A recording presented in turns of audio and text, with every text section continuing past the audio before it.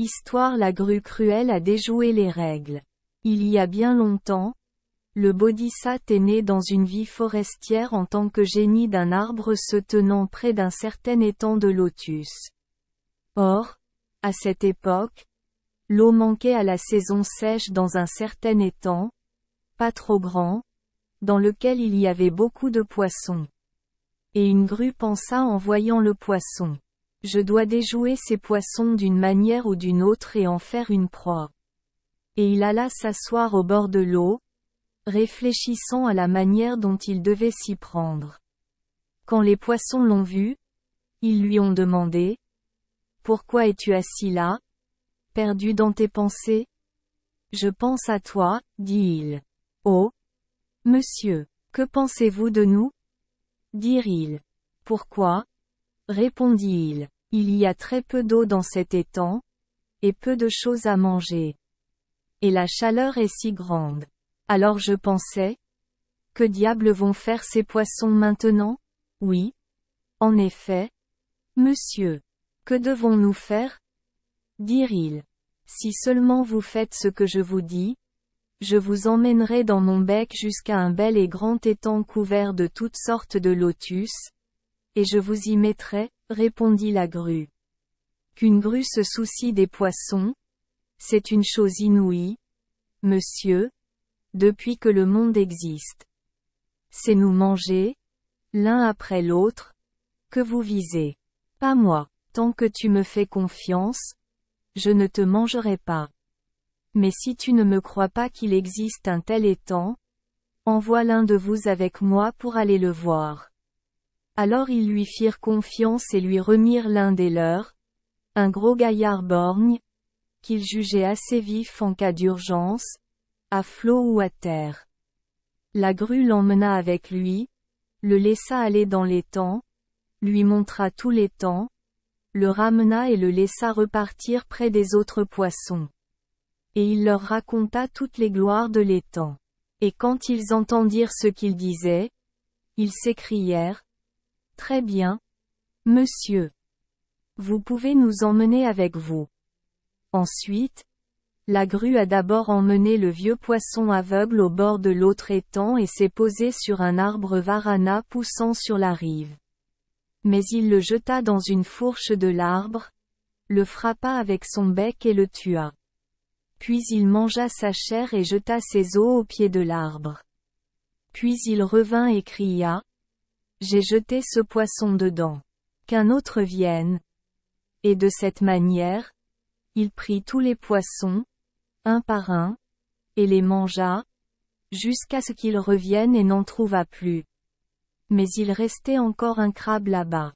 Et la grue crut qu'il allait le manger aussi et cria: dis, bon crabe, j'ai enlevé tous les poissons et je les ai mis dans un bel et grand étang. Viens, je t'emmène aussi. Mais comment vas-tu me saisir pour m'emmener? Je vais te mordre avec mon bec. Tu me laisseras tomber si tu me portes comme ça. Je n'irai pas avec toi. N'aie pas peur, je te serrerai très fort jusqu'au bout. Alors le crabe se dit: si cet homme avait un jour des poissons, il ne les laisserait jamais aller dans un étang. Maintenant, s'il me mettait vraiment dans l'étang, ce serait capital. Mais s'il ne le fait pas, alors je lui trancherai la gorge et je le tuerai. Alors il lui dit: écoute, mon ami, tu ne pourras pas me serrer assez fort. Mais nous, les crabes, avons une poigne fameuse. Si tu me laisses t'attraper par le cou avec mes griffes, je serai content de venir avec toi. Et l'autre n'a pas vu qu'il essayait de le déjouer et a accepté. Alors, le crabe lui saisit le cou avec ses griffes aussi solidement qu'avec une paire de pinces de forgeron et cria: allez-vous-en, maintenant. Et la grue l'a pris et lui a montré l'étang, puis s'est dirigée vers l'arbre varana.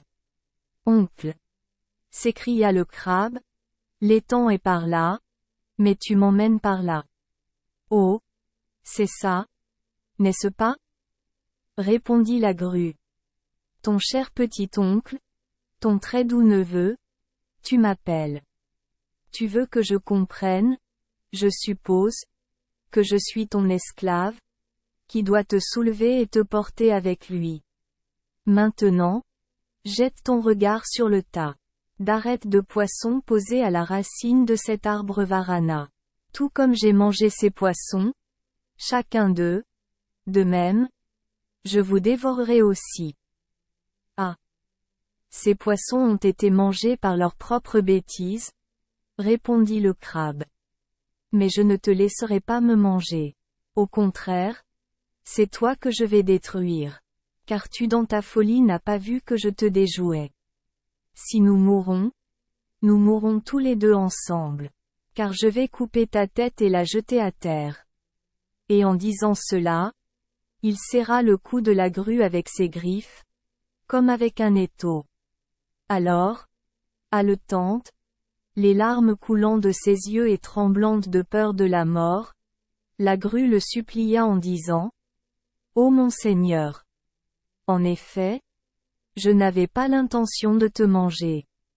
Accorde-moi la vie. Eh bien, descendez dans l'étang et mettez-moi là-dedans. » Et il se retourna, descendit dans l'étang et posa le crabe sur la boue au bord. Mais le crabe s'est tranché le cou aussi proprement qu'on coupe une tige de lotus avec un couteau de chasse, puis il est entré dans l'eau. Lorsque le génie qui vivait dans l'arbre varana vit cette étrange affaire, il fit résonner le bois de ses applaudissements, prononçant d'une voix agréable le vers. Le méchant, bien qu'extrêmement intelligent, ne prospérera pas par sa méchanceté. Il peut gagner en effet, astucieux dans la tromperie, mais seulement comme la grue ici du crabe. Merci les enfants des Esperluette Croisillon 39. Avoir écouté des contes de fées au jour Esperluette Croisillon 39. 8. Espérons que les histoires apporteront aux enfants des moments heureux et significatifs. Si vous aimez notre chaîne, veuillez appuyer sur le bouton S Esperluette Croisillon 39. Abonner, pour ne manquer aucune histoire intéressante. Je vous souhaite une bonne nuit de sommeil et de beaux rêves. Rendez-vous dans la prochaine histoire.